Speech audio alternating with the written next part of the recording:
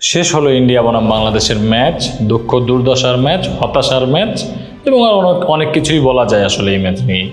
বাংলাদেশের যে decision making, আসলে এই ডিসিশন মেকটা ক্যাপ্টেন করে না কোচ করে না পুরো টিম মিলে করে আসলে আমার জানা নাই। তো এইগুলো নিয়ে আসলে নতুন করে আর কোনো কথা বলবো না। কথা হচ্ছে, হবে, এদের নিয়ে অনবরত হতেই থাকবে। কিছু বিষয় নিয়ে কথা বলবো, সেটা হচ্ছে যে টসের শুরু থেকে খেলার শেষ অবধি আসলে বাংলাদেশের গেম সেন্স এবং ঠিক একই সাথে যে অপোনেন্টের সাথে তারা খেলছে ইন্ডিয়ার সাথে, সেখানে তাদের অ্যাপ্রোচ, ইন্ডিয়ার অ্যাপ্রোচ এবং বাংলাদেশের অ্যাপ্রোচ, এই দুইটা বিষয় নিয়ে আসলে একটু দেখার চেষ্টা করবো যে তাদের অ্যাপ্রোচটা কী ছিল, বাংলাদেশের অ্যাপ্রোচটা কী ছিল এবং এর ফলাফল কী। ফলাফল তো আমরা জানি 50 রানে ইন্ডিয়ার জয় হয়েছে, ঠিক আছে, কিন্তু সেই জয়টা কী জন্য হলো সেটা একটু দেখার চেষ্টা করব। প্রথমে আসি টসের ব্যাপারটা। টসে যদি আমরা বলি যে বাংলাদেশ টস জিতলো, ফিল্ডিং নিল এই পিচে এই কন্ডিশনে, সেটা আপনি মেনে নিতেই পারেন, আমিও মেনে নিতে পারি যে হ্যাঁ ঠিক আছে, টস জিতছে, ফিল্ড নিছে, বাট অল ওকে। এখন প্রশ্নের জায়গাটা যে একই সাথে ইন্ডিয়ার ক্যাপ্টেন বললেন যে আমরা আসলে এখানে টস জিতলে ব্যাটিং নিতাম বা ব্যাটিং নিতে চাইছিলাম, অর্থাৎ it's a good toss to lose. এই টস হারলেও আমাদের সমস্যা নেই যেহেতু আমরা ব্যাটিং পেয়েছি। এবং তারা ব্যাটিং পেয়ে 196 রানের পুঁজি দাঁড় করাইছে, যে রানটা জেতার জন্য যথেষ্ট। অন্ততপক্ষে এই মাঠটায় বা এই পিচে, এই মাঠটায় 196 রান, এটা সর্বোচ্চ রান এখন পর্যন্ত। এই মাঠে 196 রান কোনো আন্তর্জাতিক ম্যাচে হয় নাই। তো ইন্ডিয়া ব্যাটিংয়ে নামলো, ব্যাটিংয়ে নামার পরে তাদের আমরা প্লেয়ারদের একটু স্ট্যাটসগুলি দেখি। রোহিত শর্মা 23-11 বলে, অর্থাৎ স্ট্রাইক রেট 209.09। বিরাট কোহলি 37-28 বলে, স্ট্রাইক রেট 132। ঋষভ পান্ট 36-24 বলে, স্ট্রাইক রেট 150। সূর্যকুমার যাদব 6-2 বলে, স্ট্রাইক রেট 300। শিবম দুবে 34-24 বলে, 141 স্ট্রাইক রেট। হার্দিক পান্ডিয়া 50-27 বলে, স্ট্রাইক রেট 185। এই হচ্ছে তাদের ব্যাটসম্যানদের অবস্থা। অর্থাৎ হার্দিক পান্ডিয়াও শেষ ফিনিশিংয়ে 200 রানের কাছাকাছি স্ট্রাইক রেটে ব্যাট করে গেছেন। এবং আমাদের বোলাররা বল করছেন। শেখ মাহিদি প্রথম 3 ওভার ভালো করলেও লাস্ট ওভারে যে রানটা দিলেন তাতে 4 ওভারে 28 রান। সাকিব আল হাসান 3 ওভারে 37 রান, 1 উইকেট। খুবই এক্সপেন্সিভ ছিলেন তিনি বোলিংয়ে। তার বোলিংটা ভালো হচ্ছে না কেন, তিনি আসলে রিদমে নাই কেন, এই প্রশ্নের উত্তর হয়তো আমাদের কাছে নাই। কিন্তু তিনি যে আসলে দলের জন্য খেলছেন না ধীরে ধীরে দলের জন্য আসলে বয়সের সাথে সাথে বোঝা হয়ে যাচ্ছেন, সেই জিনিসটা গেল কয়েক ম্যাচে হয়তো বা আমরা সমর্থকরা উপলব্ধি করতে পারছি। একই সাথে যদি দেখি মোস্তাফিজুর রহমান 4 ওভারে 48 রান, 0 উইকেট। মোস্তাফিজুর রহমান যিনি আমেরিকার পিচগুলোতে মূলত বিধ্বংসী হয়ে উঠছিলেন, সেই মোস্তাফিজুর রহমান এই ওয়েস্ট ইন্ডিজের পিচে, ব্যাটিং সহায়ক পিচে এসে তাকে যেন ফিরে পাওয়া যাচ্ছে না, তাকে যেন খুঁজে পাওয়া যাচ্ছে না। তিনি রান দিচ্ছেন এবং আপন মহিমায় রান দিচ্ছেন, যেন এই পিচগুলোই তার জন্য না, যেন এই পিচে তাকে খেলানোটাই ভুল, এমন হচ্ছে, এমন মনে হচ্ছে।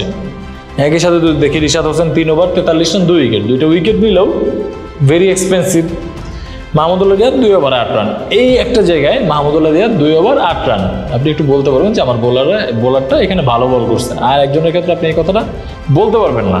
শেখ মেহেদির ক্ষেত্রে আপনি 50-50 বলতে পারবেন যে হ্যাঁ 4 ওভার 28 রান, 0 উইকেট। এটা ভালো আর খারাপের মাঝামাঝি অবস্থানে ছিল। খুব ভালো বলার অপশন নেই। অন্ততপক্ষে 196 রান যদি আপনি বোর্ডে দেখেন তখন বলতেই পারেন যে হ্যাঁ না, এটা ভালো ছিল, এটা খুব খারাপ ছিল না।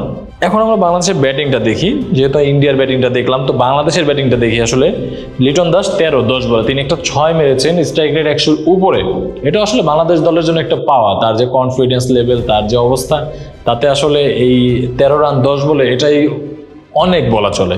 একইভাবে যদি তানজিদ হাসান 29-31 বলে।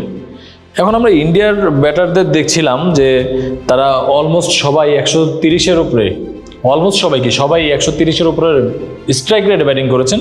আর 197 রান টার্গেটে খেলতে নেমে আমাদের তানজিদ হাসান তামিম, আমাদের ওপেনার, তিনি করেছেন 29 রান 31 বলে, অর্থাৎ 5 ওভার 1 বল খেলেছেন। যেখানে 5 ওভার 1 বলে আপনি যদি 197 টার্গেট ধরেন, আপনার রান দরকার 49। 5 ওভার 1 বলে আপনার রান দরকার, রিকোয়ার্ড রান রেট হিসেবে 49। আপনি 5 ওভার 1 বলে আপনার ব্যাটার রান করেছেন 29। তারপর নাজমুল হাসান শান্ত 40-32 বলে, তিনি গত ম্যাচে 41 করেছিলেন, এই ম্যাচেও 40 করেছেন, কিন্তু কি 32 বল, অর্থাৎ 5 ওভার 2 বল উনি নিজে খেলেছেন, রান করেছেন 40, স্ট্রাইক রেট 125। তাহিদ হৃদয় 4-6 বলে আজকে ক্লিক করেননি। তিনি প্রতি ম্যাচে কম বেশি চেষ্টা করেছেন বাংলাদেশের জন্য কিছু না কিছু করার, হয়তো বা হয়নি বা হয়েছে, কিন্তু আজকের দিনটা হয়নি। সাকিব আল হাসান 11-7 বলে, এই 11 রানের মধ্যে একটা 4 একটা 6-এর মার আছে, স্ট্রাইক রেট 157। আচ্ছা, আপনি একটা জিনিস চিন্তা করেন যে 11 রান 7 বলে, একটা 4 একটা 6, অর্থাৎ এই 2 বল যদি আপনি বাদ দেন, একটা 4 একটা 6, তাহলে 5 বলে 1 রান। এই 5 বলে কিন্তু আরো 2-3টা রান করা সম্ভব ছিল যদি সেই বলগুলিতে সিঙ্গেল হইতো। মাহমুদুল্লাহ রিয়াদ 13-15 বলে তিনি শেষ পর্যন্ত খেলেছেন, চেষ্টা করেছেন, হয়নি। হয়তো হওয়ার মতো অবস্থাও ছিল না, তার চেহারা দেখেই বোঝা যাচ্ছিল যে তিনি হার মেনেই নিয়েছেন। এখন শুধু ইনিংসটা শেষ হওয়ার পালা। জাকের আলী 1 রান 4 বলে। তাসকিন আহমেদ যিনি গত ম্যাচে এক্সপেন্সিভ ছিলেন, গত ম্যাচে রান খরচ করেছেন, তার বদলে জাকের আলীকে দলে নেওয়া হয়েছে ব্যাটার হিসেবে, এক্সট্রা ব্যাটার হিসেবে, যে আমরা টার্গেটে খেলবো, আমাদের সামনে যদি একটু বড় টার্গেট হয় আমরা যাতে ফিনিশ করতে পারি, তাকে ফিনিশার হিসেবে নেওয়া হয়েছে। তিনি 5 ম্যাচ খেলেছেন এই পর্যন্ত বাংলাদেশ দলের হয়ে, টোটাল রান করেছেন 34। আজকের 1 রান ধরলে 35, 4 মাসে 34 ছিল, আজকের 1 রান দিয়ে 35 রান 5 ম্যাচে। এই হচ্ছে তার অবস্থা। স্ট্রাইক রেট সম্ভবত 80-82 ঘরে কিছু একটা হবে। আর একই সাথে রিশাদ হোসেন 24-10 বলে শেষে নেমে তিনি 3টা 6, 1টা 4 মেরেছেন। যখন ইনিংসটা একেবারে শেষ হয়ে গেছিলো, ম্যাচটা একেবারে শেষ হয়ে গেছিলো, তখন রিশাদ হোসেন এই রানটা করেছেন, যেটা খুব একটা কার্যকর হওয়ার সুযোগ ছিল না। শেখ মাহিদি হাসান 5-4 বলে, তানজিম হাসান সাকিব 1-1 বলে। ইনিংস পরিসমাপ্তি 146 রানে। একটা ম্যাচ যেটা আফগানিস্তানের বিপক্ষে নিয়ম রক্ষার ম্যাচ, সেটা খেলতে হবে বাংলাদেশ দলকে। জয় পরাজয় বাংলাদেশের জন্য খুব বেশি পার্থক্য তৈরি করবে না। হয়তোবা আফগানিস্তান অস্ট্রেলিয়ার সাথে যদি জিততে পারে কোনোভাবে, তাহলে হয়তোবা আফগানিস্তানের জন্য বাংলাদেশের ম্যাচটা গুরুত্বপূর্ণ হয়ে উঠবে। ধন্যবাদ সবাইকে। আপনাদের মতামত কমেন্ট করে জানাবেন। আইকন স্পোর্টসের সঙ্গেই থাকুন।